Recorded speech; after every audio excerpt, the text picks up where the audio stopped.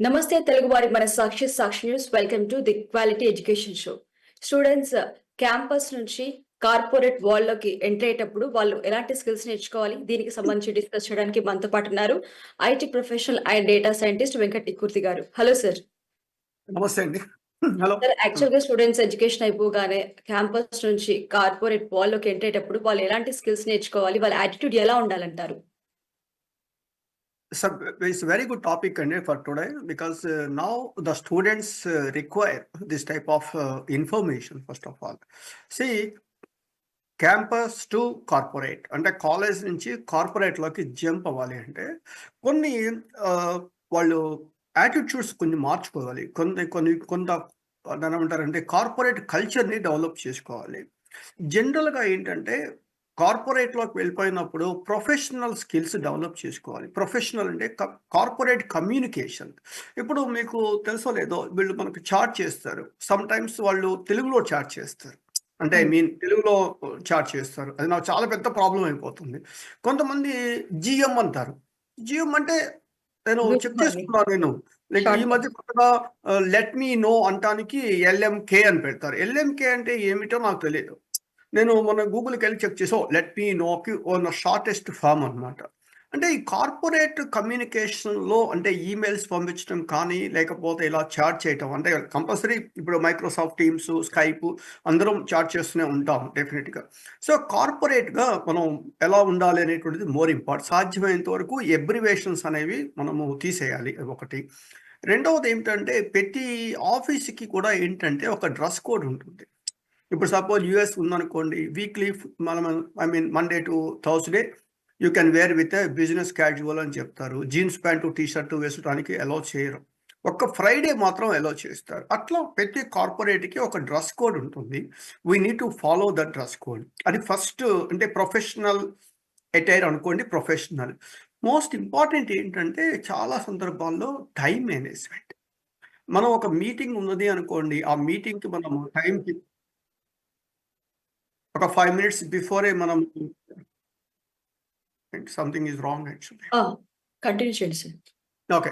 So that's time maintain చేయటము. Meeting dead lines ఉంటాయి అన్నమాట. ఆ డెడ్ లైన్స్ తీసుకోవటము, ఆన్ టైమ్ డెలివరబుల్స్ ఉంటాయి, ఆ డెలివరబుల్స్ ఇవ్వటము, ఇవన్నీ కూడా మనము చేయాలి. ప్లస్ ప్రియరిటైజ్ చేసుకోవాలి. అంటే ఆర్గనైజేషన్లో ఉన్న టాస్క్స్ ఉంటాయి, ఆ టాస్క్స్ ప్రియరిటైజ్ అవ్వాలి. అంటే ఏది ఫస్ట్ ప్రయారిటీ, సెకండ్ ప్రయారిటీ పెట్టుకోవాలి. మోస్ట్ ఇంపార్టెంట్ ఏంటంటే skills enhancement. Continuous learning is important కార్పొరేట్లో. పర్టికులర్లీ ఫర్ ఐటీ సెక్టర్ తీసుకుంటే కంటిన్యూస్గా చదువుతూ ఉండాల్సిందే, లేకపోతే చాలా కష్టం అయిపోతుంది. So professional attire, time management, skills enhancement. Most important ఏంటంటే వర్క్ ప్లేస్ కల్చర్. ప్రతి వర్క్ ప్లేస్కి వాళ్ళకు కల్చర్ ఉంటుంది, వాల్యూస్ ఉంటాయి, వాళ్ళ యొక్క ఎక్స్పెక్టేషన్స్ ఉంటాయి. We need to follow those things. And most important ఏంటంటే లైక్ ప్రొఫెషనల్ నెట్వర్క్ బిల్డ్ చేసుకోవాలి. Professional network that's very important. And last thing ఏంటంటే అడాప్టబిలిటీ. అడాప్టబిలిటీ అంటే అర్థం ఏంటంటే ఇక్కడ మనకి open to learning. Somebody is giving feedback, we need to accept it. Something like this. These are all the 5 skills is mandatory to know these campus to corporate students. Okay. అంటే some times skills ఎలాంటి skills నేర్చుకోవాలి sir వాళ్ళు education పరంగా కూడా? అంటే వాళ్ళు corporate world లోకి enter అవుతారు కదా. ఎడ్యుకేషన్ పరంగా గమనిస్తరికి ఏంటంటే మనకి ఒక కాన్సెప్ట్ ఉందండి. ఆస్క్ అనే ఒక ట్రయాంగిల్ ఉంటుంది, మీకు తెలుసు లేదు. ఆస్క్ అనేటువంటిది ఏంటంటే A represents attitude, S represents skills, K represents knowledge. ఈ నాలెడ్జ్ అనేటువంటి పదం తీసుకున్నాం అనుకోండి, అంటే అది కాలేజీలో వస్తుంది. That is nothing but basics, theories, subject, formulas ఇవన్నీ కాలేజీలో నేర్పించేస్తారు. దట్ ఈస్ లైక్ నాలెడ్జ్ అక్కడ వచ్చేస్తుంది. మరి స్కిల్స్ ఏమిటి అండ్ యాటిట్యూడ్ ఏమిటి? స్కిల్స్ అనేటువంటిది ఏమిటి? ఇప్పుడు మనం ఏం చేస్తున్నాం? Skills first of all goal set చేసుకోవటం. నా గోల్ ఏమిటి అనేది వాళ్ళు సెట్ చేసుకోవాలి ఒకటి. రెండవది time management and reasoning and communication, interpersonal skills ఇవన్నీ డెవలప్ చేసుకోవాలి. That is nothing but K skills వస్తాయి. మోస్ట్ ఇంపార్టెంట్ ఏంటంటే యాటిట్యూడ్. ఇవాళ ఎవ్రీథింగ్ ఈజ్ యాటిట్యూడ్. ఈ యాటిట్యూడ్లో ఏంటంటే సెల్ఫ్ మోటివేషన్. ఎవరో వచ్చి రోజు మిమ్మల్ని మోటివేట్ చేయరండి. First of all you need to make it a self motivation, that's important. And self confidence. మన మీద మనకి నమ్మకం లేకపోతే మనం ఏం చేయలేని పరిస్థితి. సో కాబట్టి self confidence, integrity, most important ఏంటంటే హానెస్టీ. ఈ అమెరికాలో పెట్టి కంపెనీలో కూడా మన దగ్గర హానెస్టీ లేకపోతే మన ఇసిరి పడేస్తారు 100%. Honesty is the very important. ఈరోజు ఇండియన్ యూత్ ఎందుకు స్ట్రగుల్ అవుతున్నారో అమెరికాలో తెలుసా మీకు? హానెస్టీ లేకపోవటం వల్ల. వాళ్ళ జిఆర్ఈ ఎగ్జామ్స్ వాళ్ళు రాయలేదండి, వేరే వాళ్ళ చేత రాయించారు. టోఫెల్ ఎగ్జామ్స్ రాయించేశారు. ఇక్కడికి వస్తారు, 12 సంవత్సరాల ఎక్స్పీరియన్స్ పెడతారు, చెప్పేవన్నీ అబద్ధాలే. గ్రీన్ కార్డ్ అంటారు, అన్ని అబద్ధాలు చెప్పేస్తారు. దీనివల్ల ఏమైపోయింది? ఉద్యోగాలు పోతున్నాయి first of all. So honesty is the very very important పదం అనమాట. నెక్స్ట్ ఆప్టిమిజం, ఎంతూజియాజం, నేర్చుకోవాలనే ఒక కొత్త తపన ఉండాలి. Like this most important is commitment. ఇక్కడ మీకు ఒక చిన్న పదం, సక్సెస్ అనేది తీసుకుందాం అనుకోండి. సక్సెస్ బాగా గుర్తుపెట్టుకోండి. సక్సెస్ ఎలా వస్తుంది తెలుసా మీకు? 1% luck, 1% talent, 98% never giving up. అంటే ఒక పని చేసినప్పుడు రాలేదనుకోండి, మన వాళ్ళు వదిలేస్తారు. అలా కాదు, 1% luck, 1% talent, 98% never giving up. Try చేస్తూనే ఉండాలి. ట్రై చేస్తామని. కానీ నేను ఎడిసన్లో ఉన్నాను. ఎడిసన్ మాన్యుమెంట్కి వెళ్ళామనుకోండి, బల్బ్ ఇన్వెంట్ చేసినటువంటి ఎడిసన్ ఎన్నిసార్లు ఫెయిల్ అయ్యాడో తెలుసా మీకు? అన్నిసార్లు ఫెయిల్ అయ్యాడు. ఆ ఐటమ్స్ అన్ని ఇక్కడ ఉన్నాయి, ఎడిసన్ లైక్ మాన్యుమెంట్లో కనపడతాయి మనకి వెళ్ళి. సో కాబట్టి ఇవాళ మనం అర్థం చేసుకోవాలి, సక్సెస్ అనేటువంటిది లైక్ లక్ మీద 1%. అసలు జీరో అని నేను చెప్పండి, 1% talent, 98% is never giving up. So ఇది మనం టార్గెట్ పెట్టుకోగలిగాం అనుకోండి, డెఫినెట్గా వాళ్ళు కార్పొరేట్లో సక్సెస్ అయిపోతారు 100%. Okay sir. అంటే సమ్ టైమ్స్ ఏంటంటే కాలేజ్ నుంచి నేర్చుకునే స్కిల్స్ కూడా ఫ్యూచర్ లో యూజ్ అవుతాయి కదా కార్పొరేట్ వరల్డ్ కి వెళ్ళినప్పుడు. 100% అండి. కాలేజీ అనేటువంటిది ఒక బేసిస్ అండి, ఫౌండేషన్. ఇప్పుడు మేము ఒక బీటెక్ పిల్లవాడిని తీసుకుంటాము, లేదా ఒక బీ ఫార్మసీ పిల్లవాడిని తీసుకొని వాళ్ళకి మేము ఐటీలో ట్రైనింగో లేకపోతే ఇంకోటో చేస్తాం. ఇవి రెండూ కాకుండా ఒక లే మ్యాన్ తీసుకున్నాం అనుకోండి, అంటే ఏమీ చదువుకోకుండా ఉన్న పిల్లవాడిని మా దగ్గరికి పట్టుకొస్తే మేము ఏమైనా చేయగలమా? ఏం చేయలేరు. ఏం చేయలేవు. కాబట్టి ఏంటంటే కాలేజీ అనేటువంటిది ఒక ఫౌండేషన్, ఒక ప్లాట్ఫామ్ క్రియేట్ చేస్తుంది. ఆ ప్లాట్ఫామ్ మీద ఉన్నటువంటి వాళ్ళకి మేము బిల్డ్ చేస్తాం. సో కాబట్టి college is very very important, 100% very important. కాకపోతే అక్కడ నేను చెప్పాను కదండి, ఇది ప్రాబ్లం ఎక్కడ వస్తుందంటే goal setting is the very important. ఇప్పుడు నేను ఒక బీటెక్ పిల్లవాడిని తీసుకున్నారు అనుకుందాం. బీటెక్ పిల్లవాడి గోల్స్ ఏంటి? వాడు క్యాంపస్ ప్లేస్మెంట్లో ఉద్యోగం తెచ్చుకోవటము, లేకపోతే అమెరికా రావాలనుకోవటము, లేకపోతే ఐఐటీల్లోనో ఎన్ఐటీల్లోనో ఎంటెక్ చేయాలనుకోవటము, లేకపోతే ఎంటర్ప్రినర్గా మారాలనుకోవటము, లేకపోతే గవర్నమెంట్ జాబ్ తెచ్చుకోవటం. ఇవి 5 మనకున్న ఆప్షన్స్ ఫ్రాంక్లీ స్పీకింగ్. సరే, ఎంటర్ప్రినర్గా మారాలంటే డబ్బులు కావాలి. గవర్నమెంట్ వచ్చేసరికి జాబ్స్ తక్కువ ఉంటాయి, రోజు రోజుకి ప్రైవేట్ సెక్టార్ పెరిగిపోతున్నా తక్కువ ఉంటుంది. సరే, పక్కన పెడదాం. ఈ మూడిట్లో ఏది వాడి గోల్ సెట్ చేసుకున్నారనుకోండి, ఫస్ట్ ఇయర్ సెట్ చేసుకున్నప్పటి నుంచి దానికి తగ్గట్టుగా ప్రతిరోజు చేయాలి. మీకు ఒక విషయం తెలుసో లేదో, 1 to the power of 365 ఎంతో తెలుసా మీకు? 1 1 to the power of 1 into 1 into 1 into 1 365 times is 1. 1.01, very little. 1.01 to the power of 365 ఎంతో తెలుసా మీకు? 47 పాయింట్ సంథింగ్ ఉంది. అంటే ప్రతిరోజు కొంచెం నేర్చుకోవాలి, కొంచెం చేయాలి.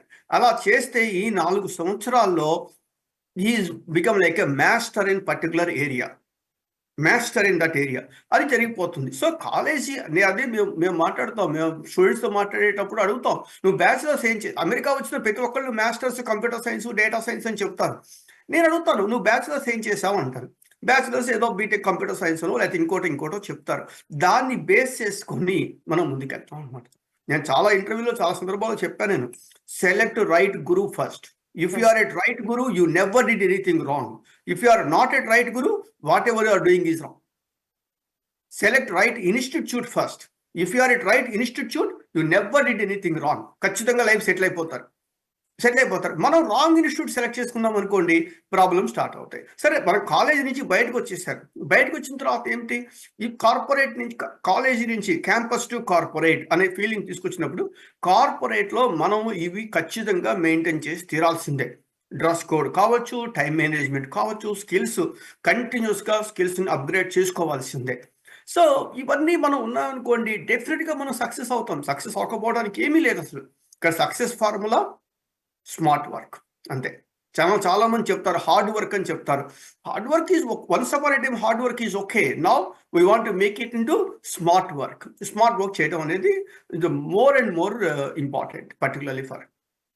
అట్లాగే మీరు చెప్పిన దాంట్లో టైం చాలా ఇంపార్టెంట్ కదా! ఎందుకంటే స్టూడెంట్‌గా ఉన్నప్పుడు ఒక క్లాస్ బంక్ కొట్టినా, లేట్ ఎళ్ళినా కూడా ఏం కాదనుకుంటారు.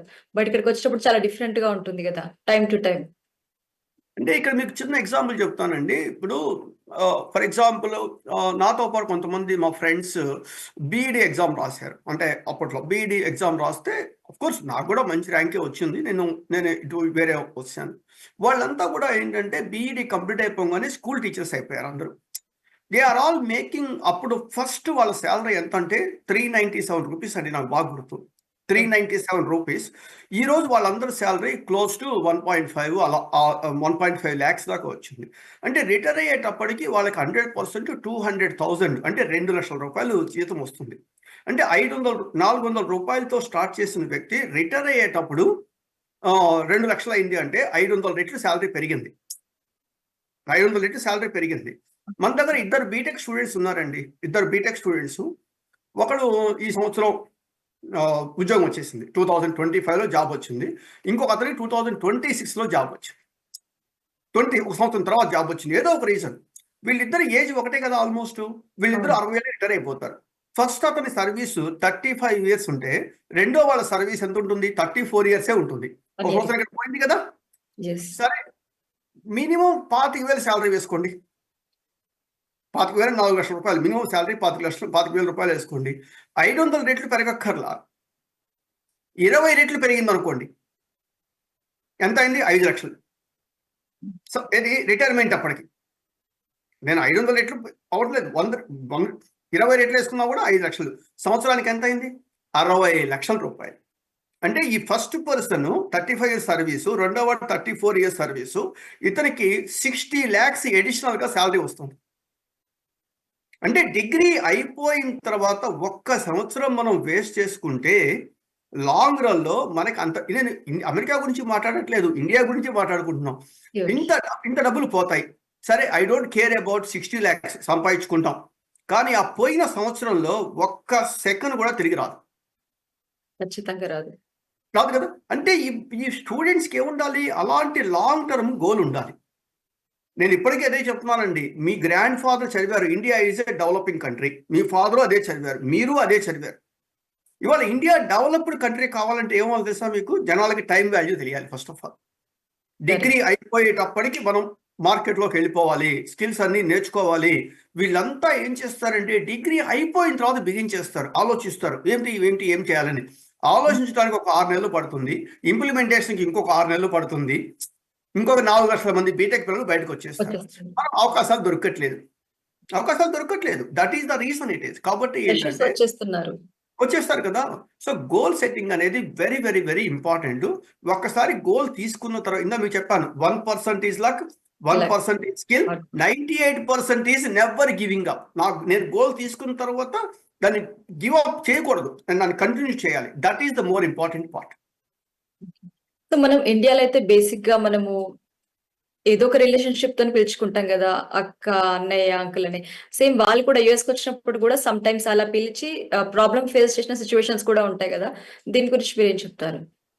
అది చాలా మందండి నేను చూస్తున్నాను. మనకి ఇండియాలో అంటే ఇట్స్ ఓకే. రిలేషన్‌షిప్‌తో పెట్టి పిలిస్తే ఆ రిలేషన్‌షిప్ బాండింగ్ ఎక్కువుంటుంది అనేటువంటి ఫీలింగ్ ఒక అనేది ఉంటుంది. ఎమోషన్ కూడా ఉంది. ఎమోషనల్ బాండింగ్ అనుకోవచ్చు. కానీ ఇక్కడికొచ్చిన తర్వాత ఏంటంటే, పేరు పెట్టి పిలవటం అనేది ఒక గుడ్ హ్యాబిట్.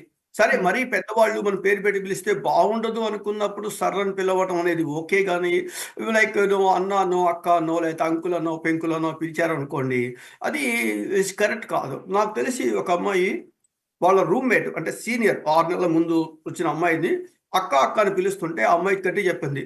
ఇంకొక్కసారి నువ్వు అక్క, పిక్క అన్నావంటే ఊరుకోను అని చెప్పేసేసి. ఎందుకంటే దట్స్ వాట్ ఇట్ ఈస్. పేరు పెట్టి పిలవచ్చు, ఇబ్బంది ఏమీ లేదు. లేకపోతే మేమని పిలవచ్చు, లేకపోతే ఇంకోటి పిలవచ్చు. అంతేగాని రిలేషన్షిప్స్ పిలవడం వల్ల ఏమైపోతుంది, వాళ్ళు రెండోసారి కనపడటం మానేస్తారు. ఇప్పుడు నన్ను ఎవరన్నా పోయేసేసి రోడ్డు మీద ఎక్కడో మాట్లాడుతున్నప్పుడు అంకుల్ అని పిలిచి మాట్లాడారు అనుకోండి, మాట్లాడే రెండోసారి మీరు ఎక్కడ కూడా రా బాబు మనకి ఎందుకు వచ్చిన వాళ్ళు అతను కనపడితే ఇటు వెళ్ళిపోయే పరిస్థితి ఉంటుంది నేచురల్లీ. సో కాబట్టి ఏంటంటే ఇండియా నుంచి అమెరికా వచ్చేటువంటి, అమెరికాని కాదు, కార్పొరేట్లో అలాంటి రిలేషన్ ఉన్న పదాలు అసలు యూజ్ చేయకూడదు. We should maintain a corporate relationship between the people. అందుకనే ఇక్కడ నెట్వర్క్ అన్న పదం మనం ఎందుకు యూజ్ చేస్తున్నామంటే, మీ ఇంట్లో మీ రిలేటివ్స్ వచ్చినప్పుడు మీరు ఎలా అయినా ఉండొచ్చు, బట్ వేరేస్ మీరు బయట కార్పొరేట్లోకి వచ్చినప్పుడు కార్పొరేట్ రిలేషన్షిప్ని మనం ఎస్టాబ్లిష్ చేయాలి. కానీ తప్పని నేను చెప్పట్లేదు. People will upset. వాళ్ళు ప్లేస్ అప్సెట్ అయ్యారు చేంజ్ అవుతూ అనుకోండి, ఉంటుంది. అప్సెట్ అయిపోయారు అనుకోండి, మనకి వాళ్ళు హెల్ప్ చేయరు, దూరం అయిపోతారు. అది మనకి ఇష్టం ఉండదు. అందుకని కాబట్టి సాధ్యం కాదు 100% ప్రొఫెషనల్గానే మనం బిల్డ్ చేయాలి. That's all it is. Professional dress, ఇప్పుడు గుడికి వెళ్తున్నాం అనుకోండి, గుడిలో వాళ్ళు చెప్పిన డ్రెస్ మనం వేసుకొని ఎలా వెళ్తామో, కార్పొరేట్ కూడా మనం కార్పొరేట్ డ్రెస్ వేసుకొని వెళ్ళాల్సిందే. ఒకళ్ళు చెప్తారా లేదా అనేది అవుట్ ఆఫ్ క్వశ్చన్ అండి. That's what we want to do it అనమాట. Okay. అయితే ఈ కార్పొరేట్ వరల్డ్‌కి వెళ్ళేటప్పుడు అసలు స్కిల్స్ లేని వాళ్ళు సక్సెస్ కావాలంటే ఏం చేయాలంటారు అలాంటి వాళ్ళు? వెరీ సింపుల్ అండి. నేను ఒక 10 ఐటమ్స్ చెప్తాను.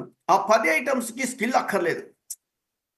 10 ఐటమ్స్కి స్కిల్ అసలు అక్కర్లేదు, కానీ 100% మీకు రెస్పెక్ట్ ఇస్తారు. First, being on time. మన దగ్గర స్కిల్ లేకపోయినా సరే బీయింగ్ ఆన్ టైమ్ 10 అంటే ఉండటం ఫస్ట్ స్టెప్, అది first. Second one is work ethics, work ethics ఎలా చేయాలి first. Second thing is, third one is ప్రయత్నం చేయటం, ఎఫర్ట్ చేయటం, దట్స్ మోర్ ఇంపార్టెంట్. ఆ తర్వాత బాడీ లాంగ్వేజ్, మనం ఎలా మాట్లాడుతున్నాము, ఎలా మనము ఎక్స్ప్రెషన్. ఇప్పుడు సపోజ్ మనం వీడియో కాన్ఫరెన్స్లో మాట్లాడుతున్నాము, మీరు నా ముందు ఉన్నట్టుగానే మాట్లాడుతున్నారు. మీరు ఎక్కడో ఇండియాలో ఉన్నారు, నేను ఇక్కడ అమెరికాలో ఉన్నాను. అయినా సరే మేము క్లాసులు చెప్పేటప్పుడు నా ముందు ఒక్క స్టూడెంట్ కూడా ఉండడు, అంతా ఆన్లైన్లో ఉన్నా సరే 20 మంది స్టూడెంట్స్ ఉన్నట్టుగానే మనం body language is more important. అది ఒకటి. ఆ తర్వాత ఎనర్జీ లెవెల్స్, నీరసంగా ఉండిపోయి అలా అనుకుంటే ఇది కుదరదు. అదేవిధంగా యాటిట్యూడ్, నేర్చుకోవాలని attitude. Passion, that's more important. అవసరం బీయింగ్ కోచబుల్, అవసరమైతే ట్రైనింగ్ తీసుకోవడానికి రెడీగా ఉండాలి. Being coachable. Doing extra, more important is doing extra. Suppose ఒక పని చెప్పారనుకోండి, కొంచెం మనం ఎక్స్ట్రా పని చేసామనుకోండి, that is better. Plus being prepared, మనం ఒక టాస్క్ తీసుకునేటప్పుడు ప్రిపేర్ అయ్యి, ఒక మీటింగ్ వెళ్తున్నాము, ఒక నోట్బుక్ తీసుకొని ప్రిపేర్ అయ్యి మనం జాగ్రత్తగా వెళ్ళామనుకోండి. ఈ 10 ఐటమ్స్, ఇప్పుడు నేను చెప్పేటువంటి 10 items like being on time and work ethic, effort, body language, energy, passion, being coachable, doing extra and being prepared. ఈ 10 ఐటమ్స్కి స్కిల్స్ ఏం అక్కర్లేదండి. You are maintaining the skills, 100% you got respect. Correct, మీరు చెప్పినవన్నీ. 100% people will respect it. So కాబట్టి ఇక్కడ skill ఉన్నాయా, skill లేదా అని కాదండి, attitude matters. The most important is attitude. రెండవది ఏమవుతుందంటే, ఈ స్టూడెంట్ అనేటి వాళ్ళు అక్కడ దాకా ఎందుకండి, మైసూర్ ఉంది, మైసూర్లో ఇన్ఫోసిస్ క్యాంపస్ ఉంది. ఇన్ఫోసిస్ క్యాంపస్లో వీళ్ళు ట్రైనింగ్ కోసం వెళ్తారు. మొన్న మీకు తెలుసు ఎంతమందినో ఇన్ఫోసిస్ వాళ్ళు ఫైర్ చేశారు. ఎందుకు ఫైర్ చేశారు వాళ్ళని? పెర్ఫార్మెన్స్ మంచిగా లేదు అన్నారు. That is not a social service organisation కాదు, ప్రైవేట్ సెక్టార్. రిజల్ట్స్ మీద డిపెండ్ అయి ఉంటుంది ప్రైవేట్ సెక్టార్ ఎప్పుడూ కూడా. నాకు తెలుసు అండి, చాలామంది క్యాంపస్ ప్లేస్మెంట్లోనో వీటిలోనో ఇన్ఫోసిస్ క్యాంపస్కి వెళ్ళేటప్పుడు ఫేస్బుక్లో ఫోటోలు పెడతారు, భీకరంగా పెట్టేస్తారు, అవి చేసేసి వెళ్తారు. వెళ్ళిన తర్వాత 2 వీక్స్లో బ్యాక్ వచ్చేస్తారు. ఎవరిని అడిగామనుకోండి, అక్కడ వెదర్ పడలేదు, ఏసీ ఎక్కువైపోయిందని చెప్తారు. ఇవేమీ కాదు, అక్కడ ఉన్నటువంటి ఎగ్జామినేషన్స్ 95%, 96% వాళ్ళు ఆన్సర్స్ చేయాలి. ఈ 1 వీక్ ట్రైనింగ్ ఇస్తారు. ఈ 1 వీక్ ట్రైనింగ్కి ఎగ్జామ్ పెడతారు. ముందు అడగరండి, జస్ట్ ఈ 1 వీక్ ఏం ట్రైనింగ్ ఇచ్చారో అవే ఎగ్జామ్ పెడతారు. ఆ ఎగ్జామ్ పెట్టిన తర్వాత ఆ ఎగ్జామ్లో 95% ఎంతో స్కోర్ ఉంటుంది. ఆ వచ్చిన వాళ్ళని నెక్స్ట్ వీక్ పంపిస్తారు. నెక్స్ట్ వీక్ వెళ్తారు, మిగతా వాళ్ళు మళ్ళీ అగైన్ బ్యాక్ వచ్చేస్తారు అనమాట. సో కాబట్టి ఇట్లాంటి సిచ్యువేషన్లో మనము చాలా జాగ్రత్తగా ఉండాలి. కార్పొరేట్లో first 6 months is a crucial period. Getting job is one important part, and how to retain the job is another big challenge. Job తెచ్చుకోవడం ఒకటి, జాబ్ నిలబెట్టుకోవాలంటే ఏంటి? ఇప్పుడు నేను చెప్పినవన్నీ పెట్టుకోవాలి. Hope you understand my logic is. ఈ టాపిక్స్ అన్ని అసలు యాక్చువల్‌గా మీరు చెప్పిన క్వాలిటీస్ ఏవైతే ఉన్నాయో, అవైతే కాలేజీ స్టేజ్ నుంచి నేర్పిస్తే మాత్రం చాలా బెటర్ వీళ్ళందరికీ. అందుకనే కదా ఇప్పుడు మనకి మీకు ఐఎస్బి ఉంది, లేకపోతే ఐఐఎమ్స్ ఉన్నాయి. వాటిలో నుంచి బయటకు వచ్చిన పిల్లవాడి శాలరీ ఎంత వస్తుందండి? ఐఎస్బి హైదరాబాద్ నుంచి బయట చేసినటువంటి పిల్లవాడికి ఎంత శాలరీ వస్తుంది? కోట్లలో శాలరీ వస్తుంది, క్రోర్స్. అక్కడ ఫీజు ఎంత? 40 లక్షలు 50 లక్షలు ఫీజు ఉంటుంది. I mean I don't exact numbers ఉంటుంది. సో కాబట్టి ఇక్కడ ఏమవుతుందంటే ఇంత డబ్బులు ఖర్చు పెట్టినప్పుడు వాళ్ళు ఎక్స్ట్రాడినరీ ఫ్యాకల్టీని పట్టుకొస్తారు. ఆ పట్టుకోవడం వల్ల ఏమైపోతుంది? ఇప్పుడు మనం ఇప్పుడు మాట్లాడుకుంటున్నామండి, హూ నీడ్ క్వాలిటీ? మనం మాట్లాడుకుంటే క్వాలిటీ అనేది ఎవరికి కావాలి? కస్టమర్కి కావాలా, మ్యానుఫ్యాక్చరింగ్కి కావాలి? చాలా మంది మీరు పోయి అడిగితే కస్టమర్కి కావాలని చెప్తారు. నేను ఒకటే అడుగుతున్నాను, నేను ఐఫోన్ వాడుతున్నాను, మీరు శాంసంగ్ వాడుతున్నారు, ఇంకొకళ్ళు ఇంకో ఫోన్ వాడతారు, ఇంకో ఫోన్ వాడతారు. క్వాలిటీ ప్రోడక్ట్ కావాలంటే మనం అందరం ఒకటే వాడాలిగా. మరి ఎందుకు? Customer has so many preferences. మ్యానుఫ్యాక్చరర్కి ఏ ప్రిఫరెన్స్ లేదు. He must maintain the quality, otherwise he will be out of the market. Quality maintain చేయకపోతే మార్కెట్లోంచి వెళ్ళిపోతారు. మీకు తెలుసు, example BPL television, Onida television ఉన్నాయా ఈరోజు మార్కెట్లో? డైనోరా ఉన్నాయా? మరి మంచి ప్రోడక్ట్సే కదా ఉంది. క్వాలిటీ మెయింటైన్ చేయలేకపోతే మార్కెట్లోంచి వెళ్ళిపోతారు. అండ్ నెక్స్ట్ ఏం చేయాలి? క్వాలిటీ మెయింటైన్ చేయాలి. ఆ తర్వాత మ్యానుఫ్యాక్చర్ ఉద్దేశం ఏంటో తెలుసా మీకు? He wants to maintain the quality first, then after that he wants to improve the quality without affecting cost considerations. డబ్బులు పెరగకుండా క్వాలిటీ పెంచాలి.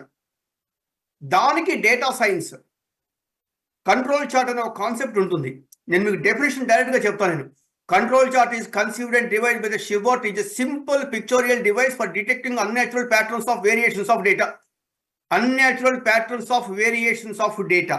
డేటాలో ఉన్నటువంటి అన్‌న్యాచురల్ ప్యాటర్న్స్ ఐడెంటిఫై చేయాలి. అంటే మనకి ఏంటి? డొమైన్ నాలెడ్జ్ తెలియాలి. డొమైన్ నాలెడ్జ్ తెలియకుండా మనం ఏం చేస్తాం? మనం సబ్జెక్ట్ నేర్చుకుంటున్నాము. ఇప్పుడు మీకు చెప్తాను, consistency is the more important. మీకు చిన్న ఎగ్జాంపుల్ చెప్తానండి. ప్రపంచం మొత్తం మీద మీరు ఏ కార్ అయినా డ్రైవ్ చేయండి, ఏబిసి గుర్తుపెట్టుకోవాలి. ఏబిసి అంటే అర్థం ఏంటి? First one is accelerator, second one is brake, third one is clutch. ఇండియాలో ఏబిసి ఉంటాయి. అదే అమెరికా వచ్చామనుకోండి, ఎక్సలేటర్, బ్రేకే ఉంటుంది. సపోజ్ ఇండియా వాళ్ళు లేదు నేను అమెరికాను ఎందుకు ఫాలో అవుతాను, నేను రివర్స్ పెడతాను అన్నారు అనుకోండి, బ్రేక్ ప్లేస్లో ఎక్సలేటర్ పెట్టి ఎక్సలేటర్ బ్రేక్ పెట్టారనుకోండి, నేను ఇక్కడ డ్రైవ్ చేసిన ఎక్స్పీరియన్స్తో నేను ఇండియా వచ్చి డ్రైవ్ చేస్తాను అనుకోండి, ఎక్సలేటర్ నొక్కబోయి బ్రేక్ నొక్కుతాను, బ్రేక్ నొక్కబోయి ఎక్సలేటర్ నొక్కితే యాక్సిడెంట్స్ అయిపోతాయి. So consistency is the more important. You need to understand the standards. The more important is ఇవన్నీ వాళ్ళు పర్ఫెక్ట్గా నేర్చుకోగలిగితే 100% they are going to get a success. ఇంకోటి గుర్తుపెట్టుకోండి, success and excuses never talk together. If you want to get a success, don't give any excuses. If you are giving excuses, you never get a success. Success కావాలి అంటే excuses ఇవ్వకూడదు. ఈ టైంకి ఈ పని చేయాలంటే చేయాల్సిందే, ఆప్షన్ ఏం లేదు మనకి ఇక్కడ. సో ఇలాంటివన్నీ ప్రిన్సిపల్స్. నేను సబ్జెక్ట్ గురించి మాట్లాడట్లేదు, ఎందుకంటే మనం మాట్లాడుతుంది క్యాంపస్ నుంచి కార్పొరేట్కి వెళ్ళడానికి ఒక జంప్ చేయాలంటే people have all these skills. ఈ స్కిల్స్ అన్నీ వాళ్ళకి కావాలి. టెక్నికల్గా వాళ్ళకి ఏ స్కిల్స్ కావాలి అనేది వాళ్ళు చదివిన ఎడ్యుకేషన్ బట్టి ఉంటుంది. ఇప్పుడు సివిల్ చదివారు అనుకోండి, ఏదో ఆటోకేడో ఇంకోటి ఉంటుంది, లేదా మెకానికల్ చదివితే ఇంకోటి ఉంటుంది. నేను ఐటీలో ఉన్నాను కాబట్టి నాకు ఐటీ గురించి తెలుసు, అంతేగాని లేదు నేను ఇంకో గురించి మాట్లాడతానంటే నేను మాట్లాడను. నాకు తెలియని విషయాలు నేను ఎలా మాట్లాడతాను? నాకు తెలిసినవి 2-3 ఏరియాస్ మాత్రమే, వాటి గురించి మనం డిస్కస్ చేయొచ్చు. ఏ స్కిల్స్ అవసరం అవుతాయి, ఏ స్కిల్స్ అవసరం లేదు అనేటువంటిది. చాలా సందర్భాల్లో ఏంటంటే ఇవాళ ఉన్నటువంటి స్టూడెంట్స్కి, పర్టికులర్లీ స్టూడెంట్స్కి, they don't have right direction. వాళ్ళకి అసలు రైట్ డైరెక్షన్ లేదండి. ఫస్ట్ అన్ఫార్చునేట్లీ అది పెద్ద ప్రాబ్లం. అమెరికా రావాలి అనుకుంటే ఏం చేస్తున్నారు? ఒక కన్సల్టెన్సీకి వెళ్తున్నారు. వాడికి ఏ కన్సల్టెన్సీ వాడు ఎక్కువ, ఏ యూనివర్సిటీ వాడు ఎక్కువ డబ్బులు ఇస్తే అది మంచి యూనివర్సిటీ అని చెప్పి వీడిని పంపిస్తున్నాడు. వాడి స్వార్థం కోసం వీడిని మెసప్ చేస్తున్నాడు. ఎంతమంది బాధలు పడుతున్నారు అమెరికా వచ్చేసేసి 40 లక్షలు 50 లక్షలు ఖర్చు పెట్టేసేసి వారానికి ఒక రోజు క్లాసు, నెలకు ఒక రోజు క్లాసు, 2 నెలలకు ఒక రోజు క్లాసు. రోజు కాలేజీకి వెళ్తేనే మన చదువు అంతంత మాత్రంగా ఉంటుంది. 6 నెలలకు ఒకసారి క్లాసో లేదా 2 నెలలకు ఒకసారి క్లాసో అంటే ఎంత ఉంటుందండి పరిస్థితి? ఏం జరుగుతుందంటే ఇంక వాళ్ళ ఆలోచనలు అలా అయిపోయినాయి. ఏం అక్కర్లేదు పరిస్థితి. ఇంక అసలు ఎంత చెప్పాను కదా ఇందాక హానెస్టీ అనే పదము అసలు ఇండియన్స్ అంటే మేము వచ్చిన కొత్తలో ఎంత రెస్పెక్ట్ అంటే అంత రెస్పెక్ట్ ఉండేది. మా బాస్ అయితే ఇట్స్ గోల్డెన్ హ్యాండ్ అలా అలా చెప్పే ప్రోగ్రాములు రాస్తుంటాం కాబట్టి. ఇవాళ హానెస్టీ పోయింది కదా! ఈరోజు హానెస్టీ లేదు ఇక్కడ. మనం వెళ్ళిపోయేసి చదువుకోవడం కోసం వస్తున్నాము, పిచ్చి పనులు చేస్తున్నాము, ఇంకోటి చేస్తున్నాము. చేయటం వల్ల ఎంత ప్రాబ్లమ్ అవుతుంది ఫస్ట్ ఆఫ్ ఆల్. సో మన దేశం యొక్క పరువు పోతుంది ఫ్రాంక్లీ స్పీకింగ్. అది బాగా 100% చెప్తున్నాను నేను. ఇప్పటికీ కూడానండి 43% of American doctors from Indian origin గుర్తుపెట్టుకోండి. 43% ఎంత రెస్పెక్ట్ ఇస్తారు అంత రెస్పెక్ట్ ఇస్తారు. ఐటీకి వచ్చేసరికి అట్లీస్ట్ 50% మన వాళ్ళే ఉంటారు. 100% 50% ఉంటారు. ఇప్పుడు ఏమైపోయింది కొంచెం కొంచెం అయిపోతుంది, రకరకాలు వచ్చేస్తున్నాయి. కాబట్టి ఆస్క్ అనేటువంటిది మోర్ ఇంపార్టెంట్ అండి. Attitude, skills, knowledge you will get it at college. Skills you are able to get it from this type of sessions. But attitude ప్రపంచంలో ఎవరు చెప్పరు. సెల్ఫ్ మోటివేషన్ నీకు నువ్వే ఉండాలి. సెల్ఫ్ కాన్ఫిడెన్స్ నీకు ఉండాలి. లైక్ హానెస్టీ, కమిట్మెంట్, ఇంటిగ్రిటీ ఇవన్నీ ఎవరికి వాళ్ళు డెవలప్ చేసుకోవాలి. ఆ డెవలప్ చేసుకున్నారు అనుకోండి ఖచ్చితంగా they are going to get a success. మీరు చెప్పిన క్వాలిటీస్ అన్ని కూడా బాగా యూజ్ అవుతాయి. ఇన్ కేస్ ఒకవేళ ఈ క్వాలిటీస్ లేకపోతే ఇంకా క్వాలిటీస్ లేకపోతే డెవలప్ చేసుకోవాలి కదండి. ఇప్పుడు దెర్ ఈజ్ నో ఆప్షన్ కదా. ఇప్పుడు ప్రాబ్లం ఏంటంటే ఆప్షన్ మనకి ఇంకే ఆప్షన్స్ ఉన్నాయి. ఇప్పుడు నేను బీటెక్ చదివిన పిల్లవాడు నా దగ్గర చాలా మంది వస్తారండి. నేను బీటెక్ కంప్యూటర్ సైన్స్ చదివాను అంటాడు. చదివిన తర్వాత నాకు కోడింగ్ అంటే భయం అండి అంటాడు. అరే 4 సంవత్సరాల పాటు కంప్యూటర్ సైన్స్ చదివిన తర్వాత నీ కోడింగ్ అంటే భయం అయితే నువ్వు కంప్యూటర్స్ ఎందుకు తీసుకున్నావు? కోడింగ్ అంటే దానికి ఏం చేస్తారు? డ్రాగ్ అండ్ డ్రాప్ ఏదో పెట్టుకుంటారు. డ్రాగ్ అండ్ డ్రాప్ సాఫ్ట్వేర్లు తీసుకుంటే గంటకి డబ్బులు వస్తాయండి? రావు కదా. కంపల్సరీగా నేర్చుకోవాల్సిందే. ఇంకా ఆప్షన్ ఏమీ లేదు వాళ్ళకి. అందుకని మీకు చెప్పేది continuous learning is the more important. Continuous learning is the secret for success. సక్సెస్కి కంటిన్యూస్గా చదువుతూ ఉండాల్సిందే. ఐటీలో ఉన్నంత వరకు అండి ఖచ్చితంగా రోజు ఏదో ఒకటి చదవాల్సిందే. లేకపోతే మాత్రం చాలా కష్టం. టెక్నాలజీ సో ఫాస్ట్గా మారిపోతాయి.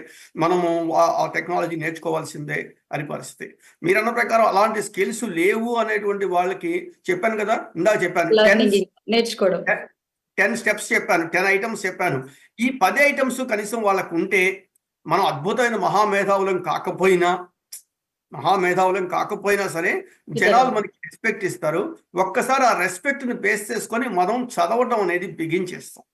అందుకని చిన్నప్పుడు చెప్తారు మీ ఫ్రెండ్ ఎవరో చెప్పు నీ గురించి నేను చెప్తా అంటారు. మీకు చూసారు అంటే మన చుట్టూ ఉన్నటువంటి ఫ్రెండ్స్ ఈజ్ మోర్ ఇంపార్టెంట్. మన చుట్టూ ఉన్న సర్కిల్ చాలా ఇంపార్టెంట్. ఇవన్నీ మార్చుకోగలిగితే 100% 140 crores ఉన్నటువంటి ఇండియా యూత్ ఆల్మోస్ట్ 40-50% యూత్ ఉన్నటువంటి country it can do miracles. Unfortunately ఏంటంటే కరెక్ట్ డైరెక్షన్ ఇవ్వలేకపోవటం వల్ల మనము చేస్తాం. లాస్ట్ ఒకటి చెప్తున్నానండి, సక్సెస్ ఇచ్చేటువంటి ఆనందాన్ని ప్రపంచంలో ఏ వ్యసనము ఇవ్వదు. చాలా కరెక్ట్ గా చెప్పారు. సక్సెస్ ఇచ్చే ఆనందం జనాలు చాలా మంది ఇప్పుడు డ్రగ్స్ అనో లేకపోతే ఇంకోటనో ఏవో పెట్టుకుంటారు. అవన్నీ హ్యాపీ అని అనుకుంటున్నారేమో. No, never. సక్సెస్ ఇచ్చే ఎంజాయ్ ద సక్సెస్ ఫస్ట్. సక్సెస్ని ఎంజాయ్ చేయడం అలవాటు అయింది అనుకోండి, ఆటోమేటిక్గా they are going to get good citizens of India. Okay, thank you so much sir. మీరు చెప్పినట్టుగా క్యాంపస్ నుంచి వచ్చే వాళ్ళకి ఏవైతే కార్పొరేట్ వరల్డ్కి వచ్చే వాళ్ళకి మీరు చెప్పిన క్వాలిటీస్ కానీ స్కిల్స్ కానీ బాగా యూజ్ అవుతాయి. Thank you so much sir. ఇది ఇవాల్టి షో. మరొక ఎపిసోడ్లో మళ్ళీ కలుసుకుందాం. అంతవరకు చూస్తూనే ఉండండి సాక్షి టీవీ.